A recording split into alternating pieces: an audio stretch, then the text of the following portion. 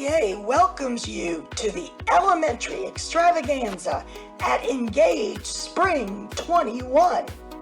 Today's presentations are brought to us by the Society of Elementary Presidential Awardees. Welcome to the Extravaganza. Hi, my name is Crystal Brown, and I'm proud to present to you the power of a punch card, an opportunity to show our students just how far computers have come, and that they are only as smart as the scientists who programmed them. We begin our journey with Ada Lovelace, who was inspired by the Jacquard loom and its ability to weave in a consistent pattern using wooden punch cards, holes in the wooden card which would guide the needle up and down in a consistent, controlled way. She found this magical and beautiful and was able to use her mathematical patterns and write formulas for Charles Babbage and his difference machine. Together, they planned on using number cards like the one that you see here to hold the data and operation cards to hold the formula. Together, these two cards would go into the machine, giving the machine the ability to think and to solve mathematical problems. This is the basis of what we now know as computers. And in the book Instructions Not Included, our students get to see the ENIAC machine, a gigantic machine with wires everywhere that is impressive to all young STEM students. It shows them how these three women were trying to program this machine to perform the functions, and that the cards going into the machine held the data. The instructions were not included, and they did have to, time and time again, use the bugs that they ran into and problem solve through failure to come up with programs which would accurately solve mathematical computations in order to receive information that was accurate for problem solving. They were able to invent common mathematical and common code language that we now know today. This project then uses something I like to call the light machine. Our students are going to have the opportunity to use patterns to transfer information through this machine.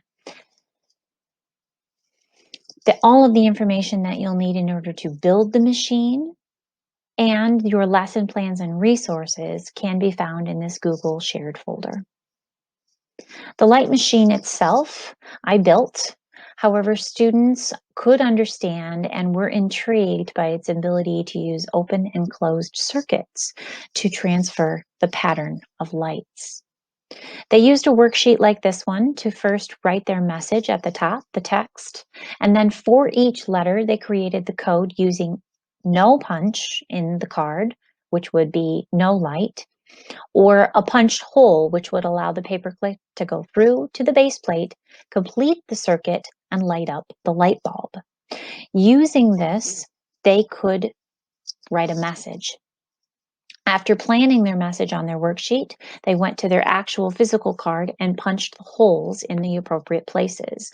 Then, with a partner on the other side, their machine, their computer on the other side, they were able to feed their punch card through the light machine. The pattern of lights was received by the computer. The computer could use the reference code to receive the message. The idea that this is how actual computers are working is a powerful message for our students. To be able to see that binary code is performed by electricity on and off. Those two messages translate into zeros and ones, and the complex pattern of on and off, zeros and ones, the binary code is what leads to computers like the ones that we use every day. After experiencing the history lesson and being able to go through with how punch cards were transferring data into a computer, we get to see how this technology leads into the future with stories like Annie Easley and Ingrid DeBouches. This incredible unit gives our students the opportunity to see history, to experience the power of binary code, and to see where that power goes in the future. I hope you enjoyed, and I hope you find something in this shared resources to inspire your STEM students. Thank you very much.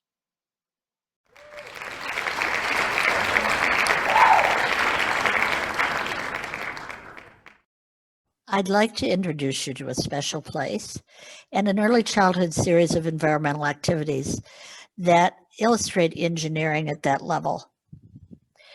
A lot of this is based on the book Wildlife Ranger from Mary Kay Carson, and I hope you enjoy the book as well as the activities. Most early childhood engineering activities are standalone and focus on physical science. But these are environmental science activities with the same direction and habits of mind. And what we're going to do is collect data so that children can design their own butterfly habitat. They will involve the practices of carrying out investigations, analyzing and interpreting data, using mathematics and computational thinking, and constructing explanations and designing solutions. The plant we're going to use is porterweed, and it's important to illustrate what it needs in terms of space, sunlight, water, and soil, so that children can collect the data they need to make their engineering plan. Blue porterweed plants grow best in full sun. They need moist soil. They need about 2.5 to 3 feet diameter space. And we're going to also look at their color, which is an attractant. First, we have to look at space. In order to think about space in a garden or any habitat, we have to think about competition among plants. And one activity that you can do is to look at how a plant competes with grass in sunlight and in shade. To do this, you're going to need a hoop or sampler. This is a wheel from a bicycle. You can also use a child's hula hoop. And you're going to count a plant that competes with the grass.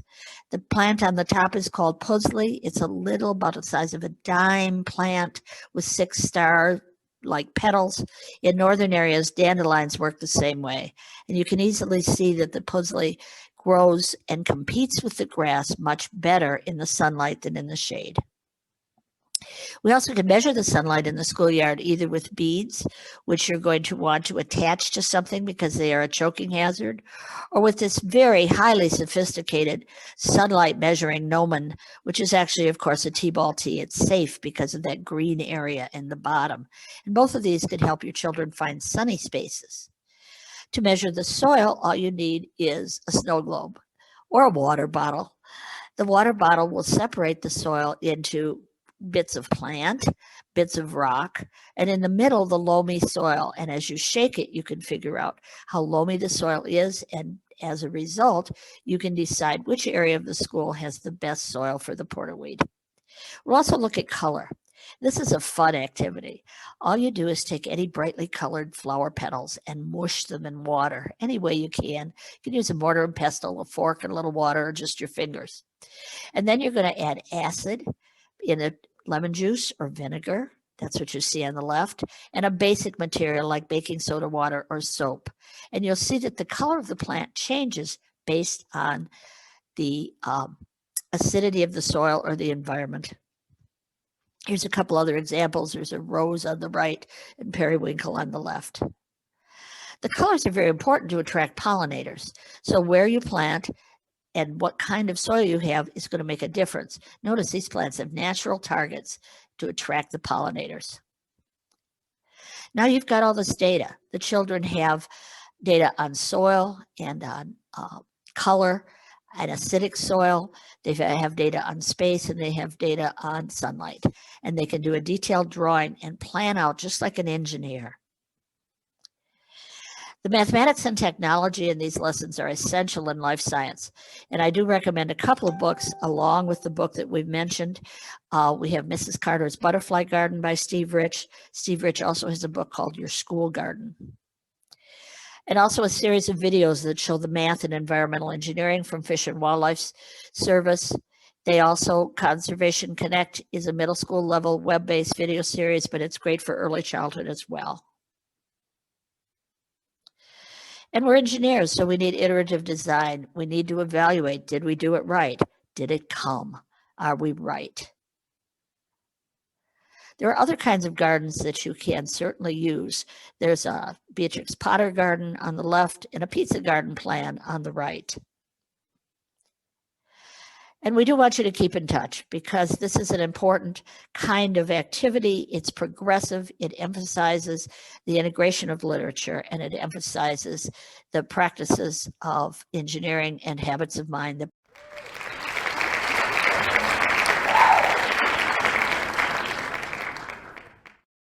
Hello, my name is Christine Royce, and this particular session is part of the Elementary Extravaganza at the NSTA Engage event and features the Outstanding Science Trade Books.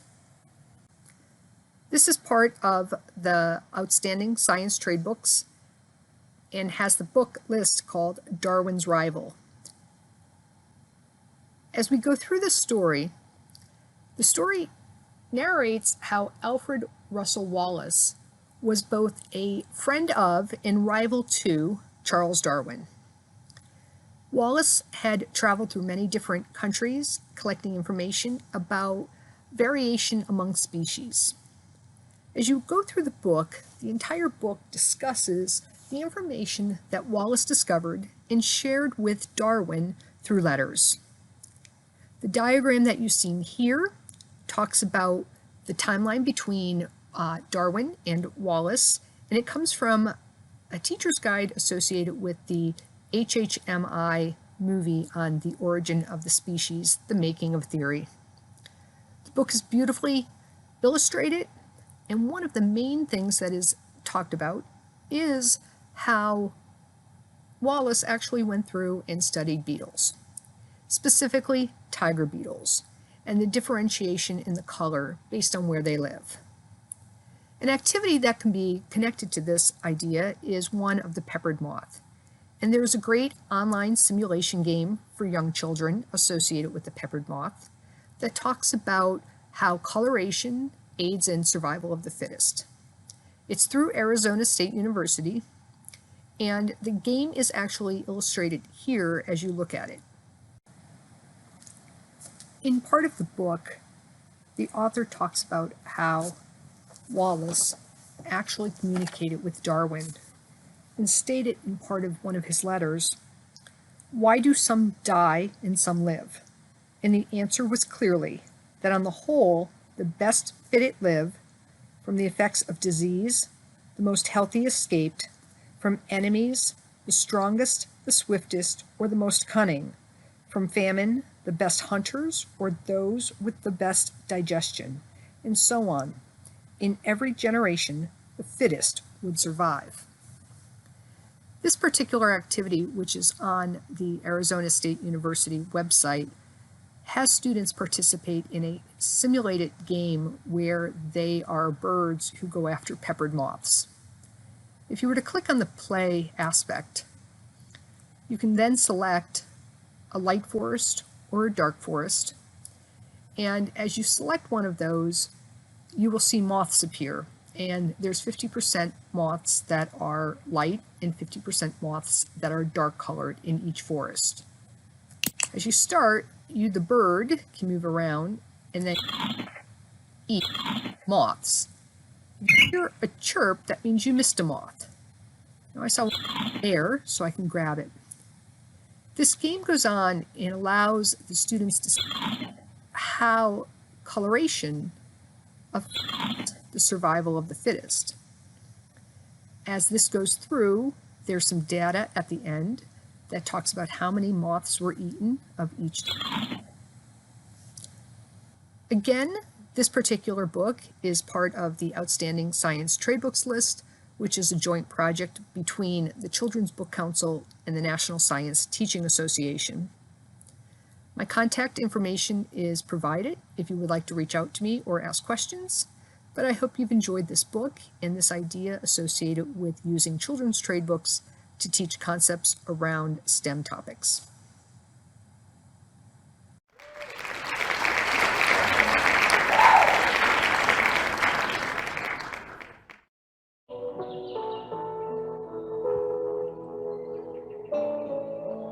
Hi, I'm Jolene Hoffner, and I am pleased to be presenting with SEPA two amazing books and the lessons and ideas that I have created to accompany them, adaptable for kindergarten through 6th grade.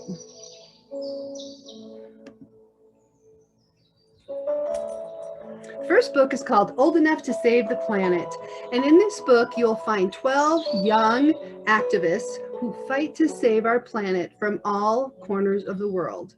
The 2 pages detail each child's actions and real accomplishments. There's also a section that has tips for what you can do to help, ideas for making your voice heard, taking action and leading a cause. And there's a special foreword by Kaylin Benson and a quote by Greta Thunberg.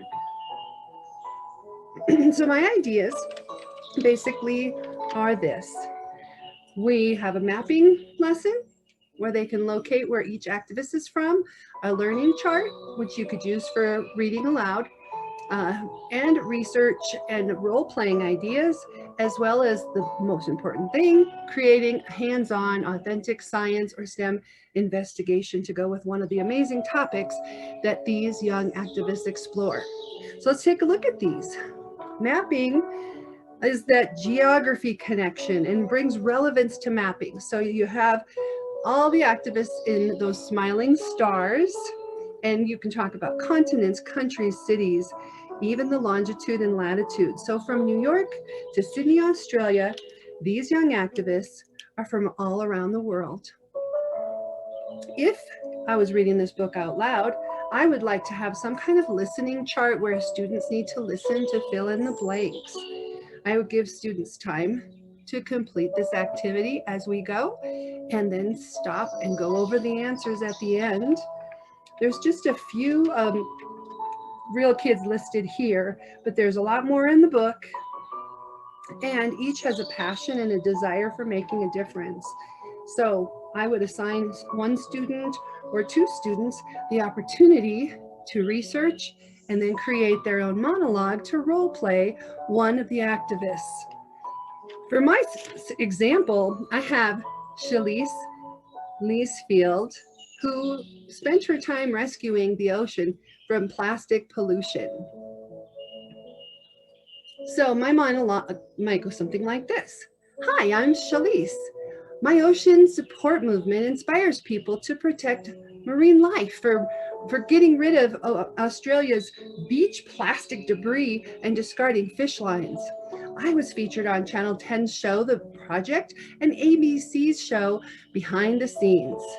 I'm proud to say I was also presented with Australia's 2019 Environmental Citizen of the Year. I was the first and only child to receive this honor. Now, of course, yours could be longer.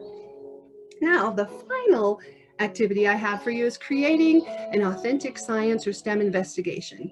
One of the topics is plants, and it just so happens to fit very nicely with the second book I have for you called Pretty Tricky: The Sneaky Ways Plants Survive.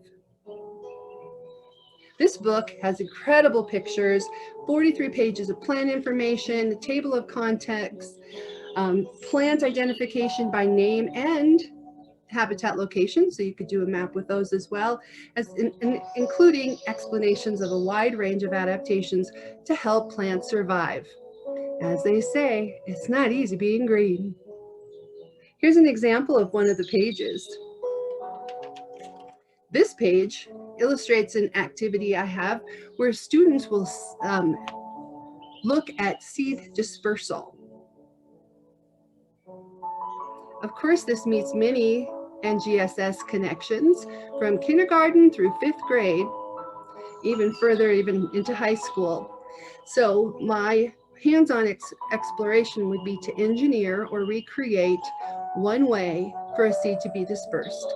Thinking about wind, a parachute style, attaching like the hitchhikers, animals and how they eat those and then pass them through digestion, and so on.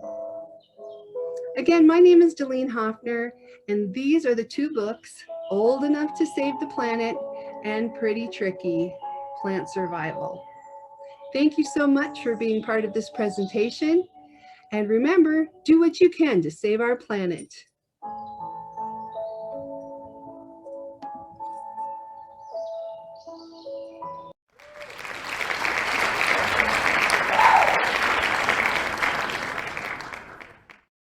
Hi, My name is Nancy Smith, and I am a first grade teacher from Overland Park, Kansas. I am here today to share a STEM activity that I do with my students called Busy Bird Nest Builders. This lesson introduces our primary learners to birds, eggs, nests, and how adult birds care for their young. This STEM activity is based on the book Nesting by Henry Cole. This wonderful picture book features black and white drawings with splashes of blue robin eggs. The story follows two robins on their journey as they prepare for and raise their young. Nesting is the perfect book to introduce young children to birds. The materials that I use for this lesson include eggs of all different sizes, colors, weights, and textures, a collection of different bird stuffed animals. Then each pair of students have a bag of supplies that includes paper plates, pipe cleaners, coffee filters, straws, and more. To engage my students, we start out by watching a YouTube video of a bird building a nest. This phenomenon starts a great discussion. Then I bring out a few real bird nests. We use our magnifying lenses to get a closer look at how these nests were constructed.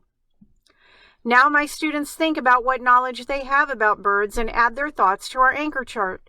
We will add to this chart throughout the lesson and discard any misconceptions. We also build some background knowledge by reading the book Nesting and another nonfiction selection. Now it's time to explore. Students are put into pairs and given all of the supplies. They are tasked with the job of engineering a bird nest that will hold their bird and their eggs. They are encouraged to make the nest sturdy, as Mother Nature will be coming along later to test the construction of the nest. During this process, students are free to confer with other groups, bounce ideas off each other, and continually make changes to their nest. It is okay to start over and over again on the quest to building a sturdy nest that will protect the bird and the eggs from the elements. After all of the nests are built, the students do a museum walk around the room to look at the creations. Each pair of students then have the opportunity to take the limelight to share their construction process and why they picked the materials that they did. They also share what worked and what didn't work, and what changes they made to the nest. Before they give their presentations, they have time to hone their speaking skills and practice what they will share and who will share it. As they practice, I am roaming around the room taking note of the vocabulary they are using so that I can highlight the content-specific language later in the lesson. After the nests have been shared, I don my Mother Nature costume and visit each nest as I pretend to be different kinds of weather that affect the safety of the nests. The goal is for each nest to survive the elements while also protecting the bird and the eggs. Each nest is then put on the model tree to see if it stays together. During this time, the engineers get the chance to once again share what specific features their nest had to keep the eggs and the birds safe. They can also discuss what other changes they'd like to make in the future that would make their nest even better. After the lesson, students are given a recording sheet to list 2 facts they learned about birds and bird nests, and also do a labeled drawing of a bird, a nest, and eggs. These are posted, and students are encouraged to ask each other questions about their thoughts. We extend our learning during this unit by visiting bird beak centers and designing and building bird houses that we put in the trees on the school grounds. A design a bird feeder activity is sent home with each child for family involvement. We also watch videos, do a Nearpod lesson, and talk about migrating and adapting. There are a few great NSTA resources that are available to help you plan your own bird unit. Thanks for allowing me the opportunity to share a little slice of my science curriculum with you. My students really love this unit, and I know that your students will too.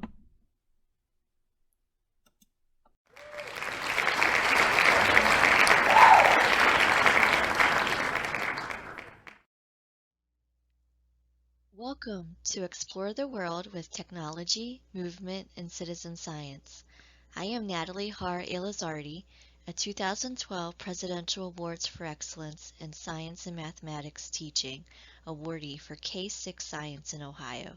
Thank you for stopping by. In this showcase, you'll learn how to nurture your elementary students' local to global thinking by virtually traveling the world and participating in real-time scientific research. This project-based approach will help you explore climate at home and abroad in an authentic way with your students. To begin, select a faraway location of your choice. The book, On the Same Day in March, will get your students thinking about different places and climates around the globe. They'll enjoy packing an imaginary suitcase in preparation for the research expedition. Not sure where to go? In my classroom, we've headed south to Antarctica.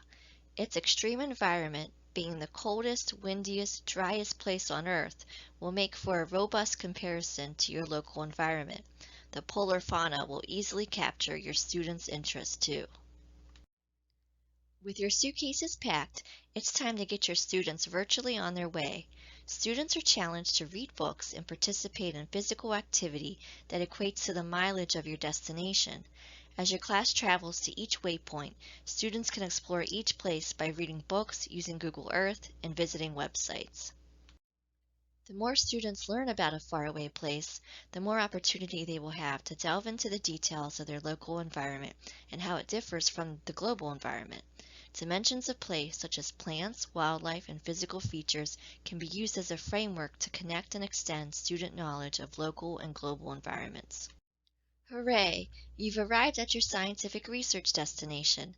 After packing and virtually traveling, students should now have a solid knowledge base about their global place and are ready to participate in real-time scientific research there. Citizen science projects harness the power of the internet and public participation to advance scientific endeavors.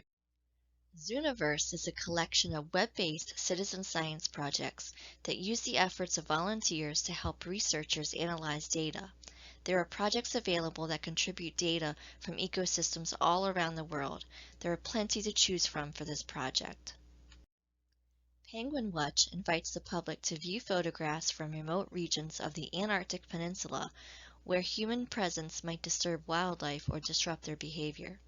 Scientists hope to capture novel behaviors of the penguin populations that humans have not observed due to their remote location. Penguin Watch is an easy platform for elementary students of all ages to use independently or in pairs as a citizen scientist.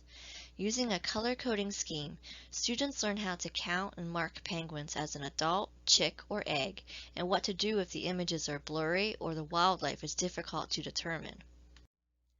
Scientists have been soliciting help from the public to conduct the first comprehensive count of the Weddell seal population along the vast and treacherous coastlines of Antarctica. This citizen science project will hone your students' observation skills by looking for seals using satellite imagery. Connections made through citizen science can plant the seeds for local and global awareness on climate change, ecosystem dynamics, their patterns, and interrelationships.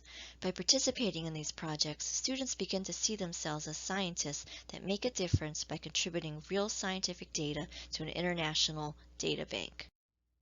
Please join me in this session to ask questions and receive additional resources and tips for bringing this project to your students. I'd also love to share with you my personal experiences working for 3 field seasons on an NSF-funded Antarctic research team at Palmer Station, Antarctica. I hope to see you soon. Thank you for your time.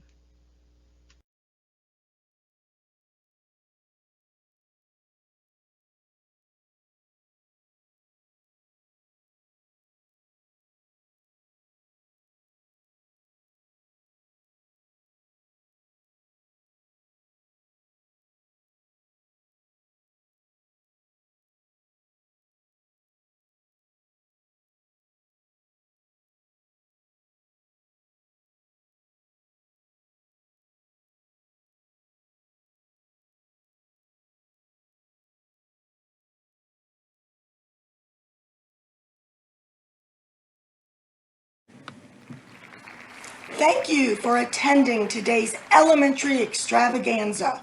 Please stay tuned for the question and answer session with today's presenters. And don't forget to fill out your session survey form. Thank you for attending Engage Spring 20.